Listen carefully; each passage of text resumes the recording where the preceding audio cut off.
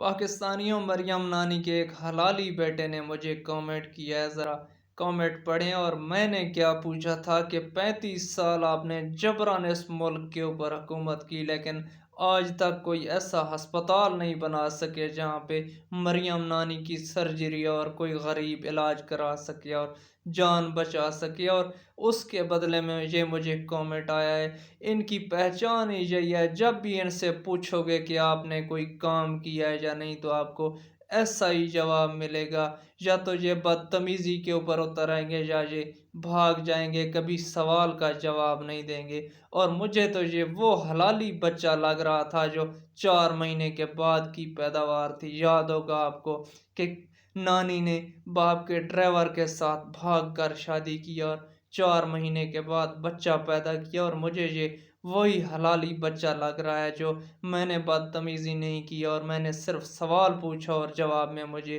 یہ کامنٹ آیا، تو یہ بہت زیادہ حلالی بچہ لگ رہا ہے مجھے۔